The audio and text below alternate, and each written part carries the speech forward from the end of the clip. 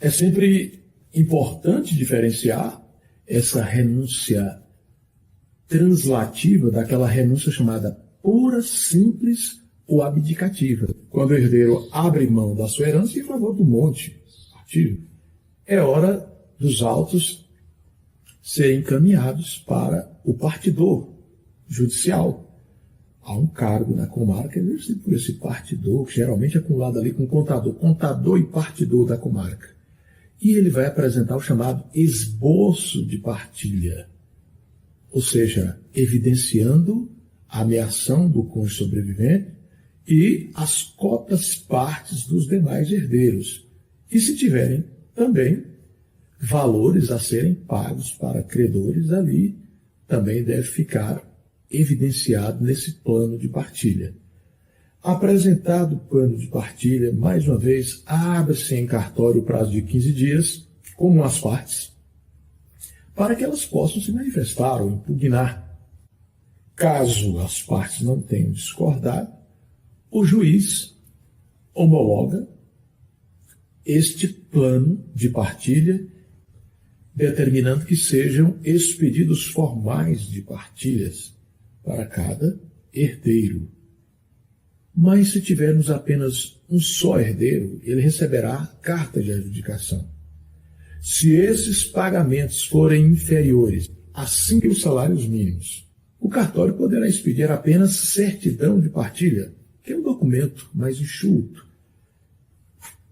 Só que estes formais de partilha e cartas de adjudicação, por regra, eles só serão expedidos depois que as partes interessadas tiverem quitado custas processuais emitidos, portanto, os formais de partilha, carta de adjudicação ou certidão de partilha, as partes em posse deste documento na mão poderão ir aos respectivos registros imobiliários para que possam efetivar a tradição definitiva desses bens.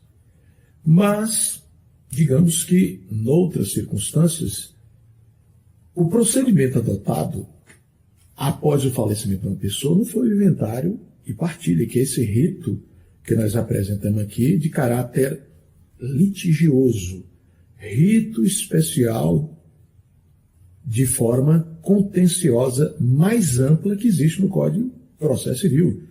As partes têm à sua disposição, se todos forem maiores e capazes e não houver controvérsias entre eles, bem mais rápido e mais célere, sem limitação quanto ao valor dos bens a serem partilhados, o chamado arrolamento sumário, que o advogado, os herdeiros da meieira, apresentarão todo o plano de partilha, a quitação, os bens avaliados de plano ao juiz, e não havendo impugnação pelas fazendas públicas, o juiz simplesmente vai homologar, mandando expedir os formais, carta de partilha, certidão de partilha. De outro lado, digamos que esses bens são inferiores a 500 OTNs. O que o falecido deixou seria apenas um monte a ser partilhado, um acervo hereditário, envolvendo comumente aquelas contas de poupança que ele tinha, direitos rescisórios, PIS, PASEP, e aí, ao invés de pedir que se articule o inventário e partilha, rolamento sumário, ele pode pleitear diretamente o chamado alvará judicial, que traz essa possibilidade. Nós ainda teremos também o chamado inventário conjunto. Digamos que é aberto o inventário e partilha do falecido, o cônjuge sobrevivente falece no curso do inventário antes de se efetivar ou homologar a partilha. Acolhe-se ensejo para, nesse mesmo inventário inicial já instaurado, também aglutinar os bens desse cônjuge sobrevivente que faleceu no curso do inventário do primeiro falecido. E às vezes é um herdeiro que faleceu antes de se formalizar a partilha no curso do inventário do seu pai ou de sua mãe, e ele não tinha outros bens fora desse inventário. Porque se tiver outros bens fora do inventário, não pode ser esse inventário conjunto. Às vezes as partes optam, a partir da Lei 11.441 de 2007, em articular o chamado inventário extrajudicial. E tudo isso se dará lá no tabelionato de notas, com a presença de um conciliador, de um advogado, para analisar todas as questões de ordem legal, desde que todos os herdeiros sejam maiores e capazes, não haverá impedimento. Hoje o Conselho Nacional de Justiça traz diversas resoluções regulamentando situações de sobrepartilha, de, por exemplo, regularizar a situação de alvará para levantamento de contas bancárias de um veículo junto ao Detran. São situações que já foram regularizadas por meio de resoluções do Conselho Nacional de Justiça, que a Lei 11.441 de 2007 não havia contemplado. Então, todos sendo maiores e capazes, o inventário pode ser feito de forma extrajudicial, lá no tabelionato de nota. Vá até o cartório de notas e ali faça a escritura, na presença de um conciliador, de um advogado, e essa escritura depois será registrada no cartório de registro imóvel, onde situa cada um desses imóveis que foram ali partilhados. Mas nós temos também o chamado arrolamento comum, que é diferente aí do arrolamento sumário. No arrolamento comum, estipula-se aí que é possível ele ser articulado quando os bens deixados pelo inventariante estiverem num teto de até 1.000 salários mínimos. O teto para se fazer o arrolamento comum também, que é mais rápido, que tem a economia processual, porque, embora se nomeie ali o inventariante, ele não é chamado a prestar compromisso, e as primeiras declarações também já vêm de plano, com a avaliação dos bens, poderá até existir a presença de menores incapazes com a intervenção do Ministério Público. Só que eu estou diante de um monte partível que o teto desse bem estaria dentro de uma faixa de até 1.000 salários mínimos. Então eu posso buscar essa modalidade chamada arrolamento comum prevista aí no Código de Processo Civil. Numa abordagem conclusiva dessa nossa fala, importa observar que essa temática envolvendo inventário e partilha é bastante contemplada não só no nosso Código de Processo Civil 2015, que entrou em vigor em março de 2016, que ali se faz presente entre os seus artigos 610 a 678, mas ela também se faz presente em nosso Código Civil, que é essa lei material substantiva. E ali se tem um capítulo próprio, nominado de Direito das Sucessões, de forma geral. São 243 artigos, que se inicia no artigo 1784 e vai até o 2027 do nosso Código Civil de 2002, que entrou em vigor em 11 de janeiro de 2003. Além de todos esses regramentos legais, nós temos apontamentos doutrinários e jurisprudenciais, seja no plano de súmulas vinculantes ou não, e de enunciados das jornadas de direito civil e de direito processual civil. Então, controvérsias vão existir, vão aparecendo aqui e acolá, e os juristas, magistrados, ministros, que vão recepcionando estas questões em suas sentenças, vão reiterando elas para que elas possam amanhã ser cristalizadas a um plano de súmula. Às vezes as partes trazem dúvidas recorrentes de que bens irão integrar o monte mó e o monte partível. Já dissipamos aqui inicialmente que o monte partível é, uma vez separado valores de dívidas, créditos dos herdeiros, valor de meação, enfim, ficando apenas aquilo que é o valor que será partilhado entre os herdeiros. De outro lado, o monte mor contempla tudo aquilo que poderia ser tratado como bens deixados pelo falecido, as dívidas, né?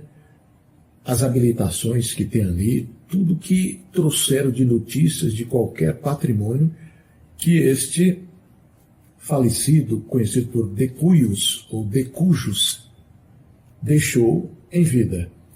Mas há restrições, ressalvas em relação a alguns bens, como aqui já, inclusive, levantamos aqui. Digamos que o falecido deixou valores de seguro, mas não designou, quando da feitura desse contrato, as partes beneficiárias. E assim, deste valor, a metade dele será destinado para o cônjuge sobrevivente ou para a companheira, uma vez provada a sua condição por meio de uma sentença judicial. A outra metade será destinada aos herdeiros, que irão partilhar. Às vezes, esses valores seguros vêm aí relacionados no rol de bens deixados pelo falecido, mas eles não constituem herança. E por isso mesmo que sobre eles não haverá incidência de ITCMD e nem tampouco custas processuais. O mesmo se dando em relação à reserva do valor para a meação do cônjuge sobrevivente. Este valor vai aparecer ali no esboço de partilha, mas sobre ele não haverá esse cálculo da taxa judiciária que está ali embutido nas custas processuais e nem tampouco o ITCMD. Os bens que o falecido deixou e que são reconhecidos a um plano de direitos personalíssimos, com a morte dele estariam extintos. Mas há exceção. Os direitos autorais deixados por eles, aí no tocante a músicas, escritos, poesias, criações, invenções que foram legalmente registrados, protegidos esses direitos autorais, com a morte dele, desse autor da herança, e esses direitos autorais ainda poderão vir no plano de bens a serem partilhados, porque eles só cairão no domínio público após 70 anos. E a contabilização disso se dá quando ocorrer o óbito. Inicia-se a contabilização do janeiro subsequente à data do óbito. E ali vai mais 70 anos que os herdeiros poderão explorar até que esses direitos autorais caiam no domínio público. Mas ainda se fala, e os montipios? E as aposentadorias? Essas questões não serão levadas ao plano de partilha. Às vezes o falecido deixou uma pensão por morte, que é regulamentada por meio do direito previdenciário, não faz parte aí desse plano de partilhas ou bem a serem inventariados. Outra questão recorrente que aí se afigura diz respeito também a esses planos de saúde, seja eles de forma complementar no aspecto privado ou até público. A regra geral é que eles não irão ser contemplados aí no plano de partilha, mas recentemente verificou-se uma decisão do STJ em que determinada pessoa, antes de sua morte, vendeu o único bem que possuía e levantou esse valor para promover a inserção numa previdência complementar, desacautelando o herdeiro necessário dela, que teria direito de herdar sobre esses valores, porque o autor da herança tem a parte disponível que ele pode doar em vida, mas ele não pode prejudicar os herdeiros necessários que têm as suas legítimas. E assim, esses valores que, no caso aqui citado, a autora da herança retirou para aplicação numa previdência privada complementar, eles apareceram no inventário por determinação do STJ, porque nesse caso nós tivemos uma situação de desacautelar os direitos de um herdeiro necessário que não foi aí assegurado em sua legítima na herança. Mas a regra é que os valores de previdência pública ou de previdência privada ou complementar não irão integrar o rol dos bens a serem inventariados, salvo quando esses valores que vieram dar aporte a essa previdência complementar privada terminou desacautelando direitos de herdeiros necessários. Outra questão que sempre é levantada nesse contexto do inventário e partilha diz respeito à sucessão estrangeira. E lá no início dessa nossa fala nós também fizemos menção à LINDB, Lei de Introdução às Normas do Direito Brasileiro, que foi a primeira a contemplar essa temática, que se faz presente ali no seu artigo 9º, no artigo 10 e parágrafo 1º. Muitas vezes o imigrante chegou ao país, constituiu família, deixando aqui bens a serem inventariados. Se ele faleceu no país ou fora do país, no tocante aos bens que estão aqui no Brasil, nós já temos regra no Código de Processo Civil que será aplicado o artigo 23, inciso 2, que inclusive também é ratificada ali pelo artigo 48 do mesmo Código de Processo Civil. Os bens situados neste país, em relação a eles será aplicada a legislação processual civil, com exclusão de qualquer outra. Outro sim, digamos que este falecido deixou bens fora do país. E em relação a esses bens fora do país é que se discute, sobretudo, esse dispositivo aí constante da LINDB, que é o artigo 10, parágrafo 1º, que foi reproduzido pela Constituição Federal no seu artigo 5º, inciso 31, que no caso de sucessão de estrangeiros, e aí é claro em relação aos bens que estão lá fora, se a lei pessoal do decurso for mais favorável, é claro que ela irá ser pleiteada pelos herdeiros, sucessores. Mas isso não é uma determinação, isso é uma faculdade. Mas, de outro lado, quando olhamos, de modo geral, outras modalidades de sucessão, nós estivemos aqui falando, por exemplo, sobre o alvará judicial, que é essa forma enxuta, bem rápida, célere, para se fazer um inventário, que é quando o falecido não deixou esposa, filhos, costumeiramente, e o valor dos seus bens a ser inventariados está naquele teto de 500 OTNs, que já foi ORTNs.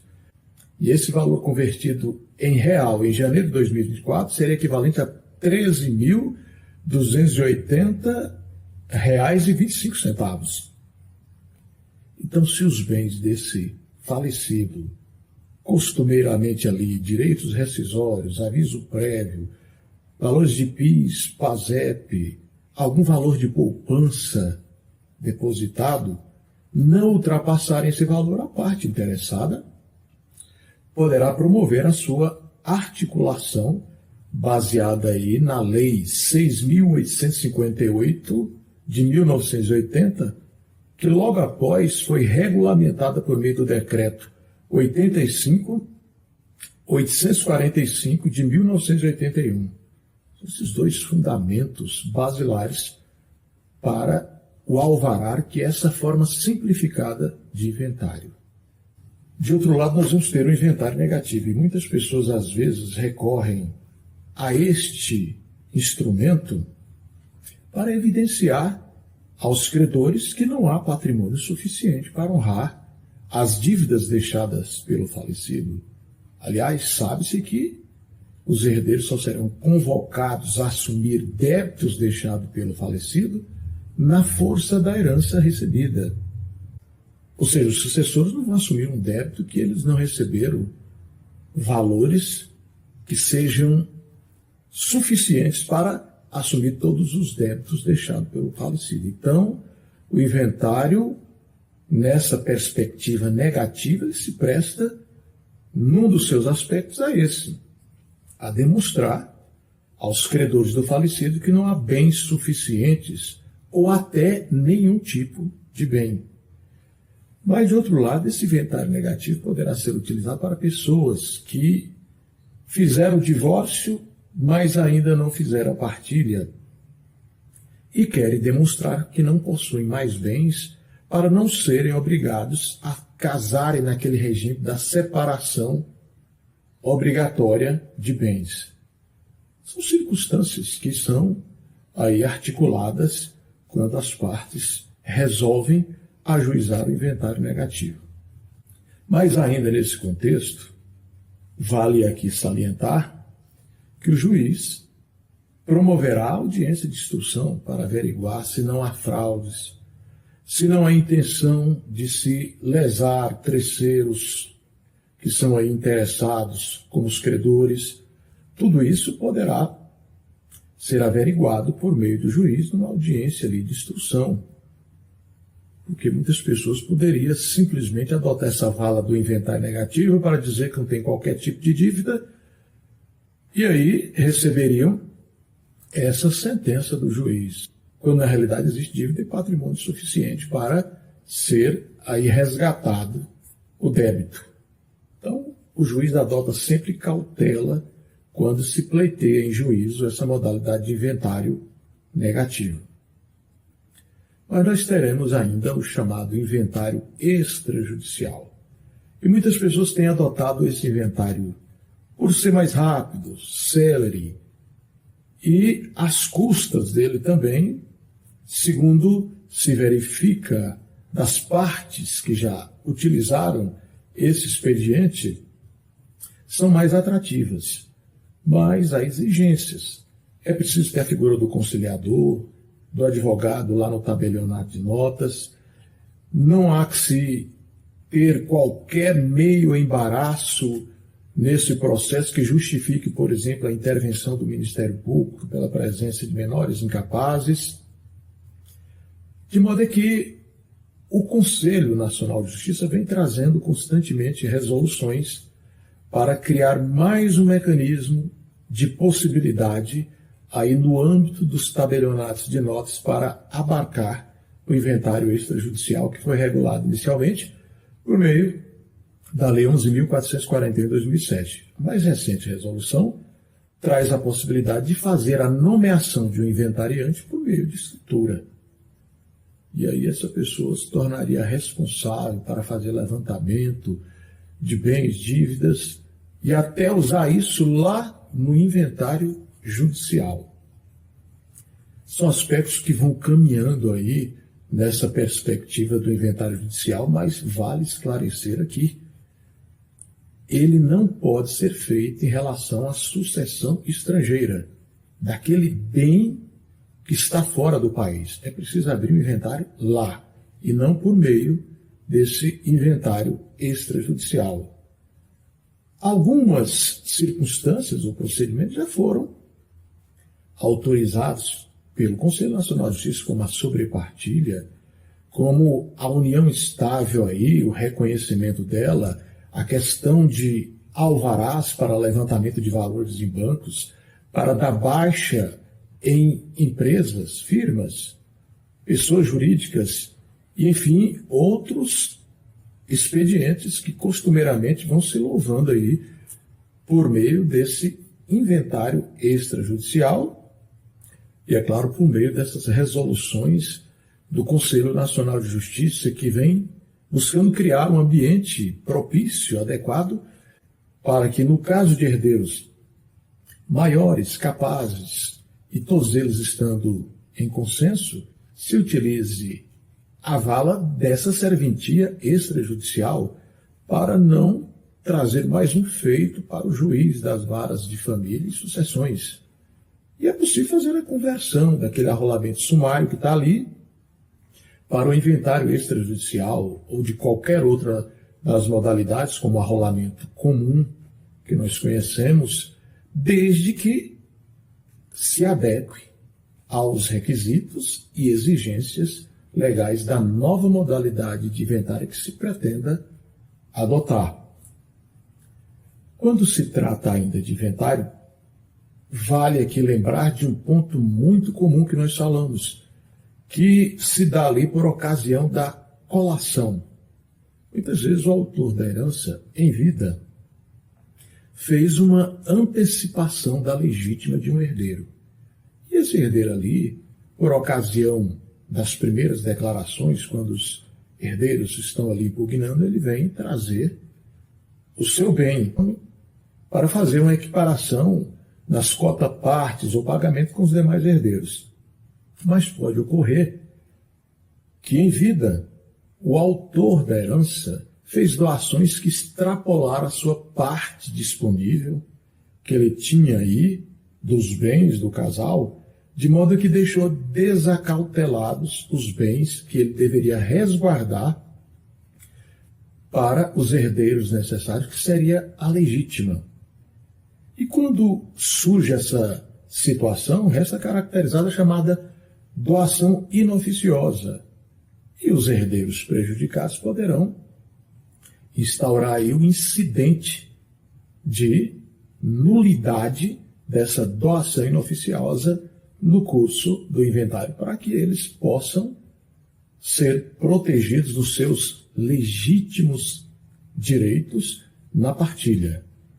Há prazo para invocar as nulidades no inventário, da mesma forma que se pode buscar também articular ação rescisória, desde que a partilha homologada esteja aí com vícios que dê ensejo à articulação desse instituto da ação rescisória ou da declaração de nulidade, de acordo com as hipóteses previstas também, para que os herdeiros não se sintam prejudicados. Se você achou interessante esse assunto, essa temática que não tivemos aqui a pretensão de exauri-la, porque há muitos outros aspectos e questões que poderiam ser enfrentadas, mas poderia ficar maçante o assunto. Você visite o nosso canal no YouTube, se inscreva nele, manifeste, deixe o seu like, o seu comentário. Deixamos aqui o nosso abraço, a nossa gratidão pela companhia e até o nosso próximo encontro.